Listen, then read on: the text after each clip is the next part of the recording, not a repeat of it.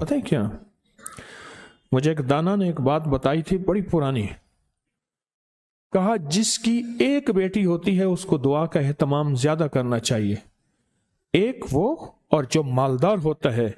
अक्सर मालदार फर्द कहता है बेटी हैं बेटे हैं, और जहन में घूमता है उसके फलां प्रॉपर्टी, फलां जायदाद, फलां माल, फलां चीज, फलां ये उसका उसका इसका बहुत है, बहुत है, इतना है इनके पास कम ही नहीं होगा। और यही अंदाजे उसको खा जाते हैं, यही अंदाजे खा जाते हैं। देखें, इसकी नजर कसरत पे गई है, बरकत पे नहीं गई। कुत्ती कितने बच्चे देती है और बकरी कितने बच्चे देती है। आज तक मैंने सड़कों के किनारे कुत्ते मरे देखे हैं, बकरी मरी नहीं देखी। और अगर कुत्ते में बरकत होती तो गलियों और सड़कों और बाजारों में जितने वो बच्चे देते हैं ना, उसके रेवड़ होते और भरी हुई होती। आप पहाड़ी इलाकों में जाएं, मेरा बारहा सफर होता है, बाज़ औक़ात गाड़ी एक तरफ करनी पड़ती है, बकरियों के रेवड़ आते हैं। जब सर्दी ऊपर पड़ती है वो नीचे उतरते हैं, जब नीचे गर्मी पड़ती है फिर ऊपर चढ़ते हैं। उन चरवाहों की जिंदगी यही है। कुत्तों के रेवड़ नहीं देखे। कुत्ते में कसरत है, बकरी में बरकत है। मालदार बाप, मालदार भाई, मालदार मां, उसकी नजर माल पे जाती है, चीजों पे जाती है। आने वाला वक्त मुश्किल आला, महंगाई बढ़ रही, हालात बढ़ रहे, चलो इसके लिए फलां जायदाद होगी, इसका किराया आता रहेगा, इसके लिए फलां जमीन होगी, इसके लिए फलां निजाम होगा, इसके लिए फलां फैक्ट्री होगी, इसके लिए फलां मिल होगा। एक वक्त आता है वो कसरत सारी छिन जाती है, और अगर कोई बरकत का जर्रा है तो वही बाकी रहता है। मेरे साथ ना हज पे एक साहब थे, एक सफर में, एक ही कमरे में हम थे, बाबा जी थे। हज में दो चीजें होती हैं, या बंदे को कोई अमाल तस्बीहात का जौक लग जाए, वरना बिल्कुल फारिग होता है बंदा, बिल्कुल वक्त ही वक्त होता है। तो मुझे कहने लगे कि मैंने अपनी जिंदगी में ऊंची नीची राहें बहुत देखी, माल ज़ाय किया, रंगीनियों पे, बाप की बहुत जायदाद थी, फलां इलाके में, फलां इलाके में, फलां इलाके में बहुत ज्यादा माल था, बहुत ज्यादा था। सारा मैंने ऐसे ना हाथ करते थे, ऐसे फूंक मारते थे, कह रहे मैंने सारा फूंक दिया। ये मुझे अपनी खास पंजाबी में वो बता रहे थे, फूंक दिया, सब कुछ खत्म कर दिया। क्या लगा जब कुछ ना रहा, फिर मैंने लोगों से लेना शुरू कर दिया, माल लेना, उधार लेना शुरू कर दिया। फिर एक वक्त आया लोगों ने भी देना बंद कर दिया, और अब लेने वाले मेरे पीछे पड़ गए कि वो तूने जो कर्जा लिया था वो दे कहां गया। तो कहा कि फिर एक और शादी कर ली।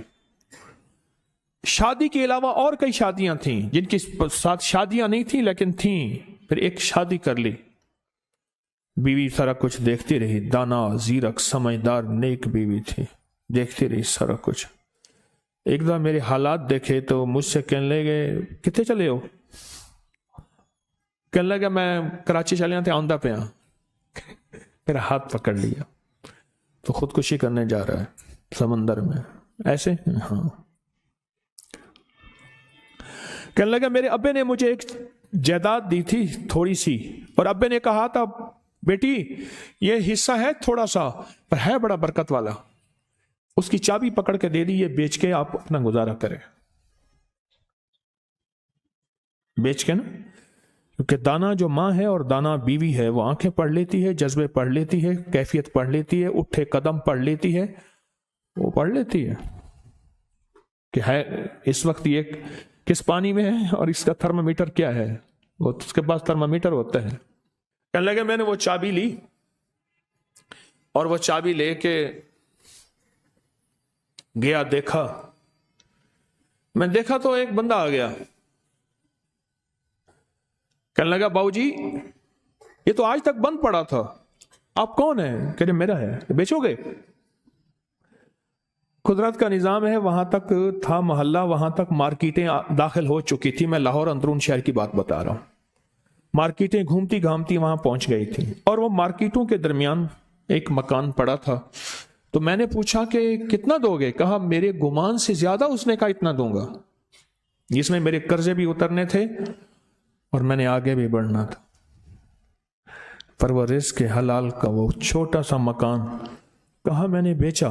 बस उसने बेचने के बाद मेरे जज्बे, मेरी सोचें, मेरी कैफियत बदल गई।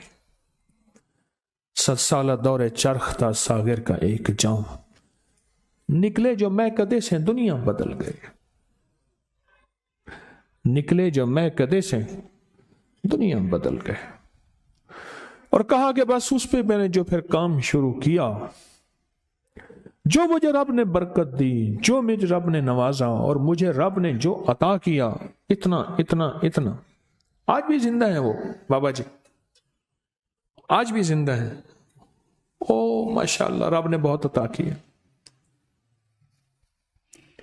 ये हलाल था और इसमें बरकत थी, कसरत नहीं थी। और कसरत खत्म हो गई थी, बरकत ने अपना रंग दिखाया और बरकत बाकी रह गई। अगर हम चाहते हैं कि अपने बख्त और नसीब और पेशानी में कुछ भरवा दें, मुकद्दर, बख्त, नसीब, इज्जत, दौलत, रिस्क, रूहानियत, तो कुछ वक्त दुआओं को दें, कुछ वक्त दुआओं को दें। महमूद गजनवी से किसी ने पूछा, बादशाह भी है, 1000 साल पहले 1974 में काबुल में जल्जला आया, उसकी कब्र फटी। 1000 साल के बाद महमूद गजनवी वैसे के वैसे था। उसका कफन भी मैला नहीं हुआ था कि बुलिया असी मरना नाही, बुलिया असी मरना नाही, गौर पे आ कोई होर। अल्लाह के आशिक जिंदा होते हैं।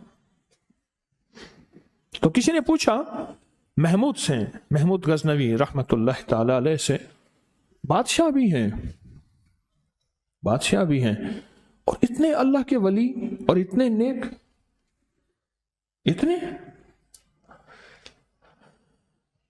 अजब बात बताऊं, कहा जब भी कोई खता का वक्त आता है और खता की घड़ी आती है, ऐसा वक्त है कि जिस वक्त में, गौर से सुनिएगा, बड़ी काम की बात है, शायद ये बात मेरे मुंह से पहली दफा निकल रही है, मेरे हजारों दर्स पड़े हैं नेट पे। मैं जब भी कोई खता और गुनाह की घड़ी आती है और उस पे मुझे कुदरत होती है, क्या होती है? कुदरत होती है।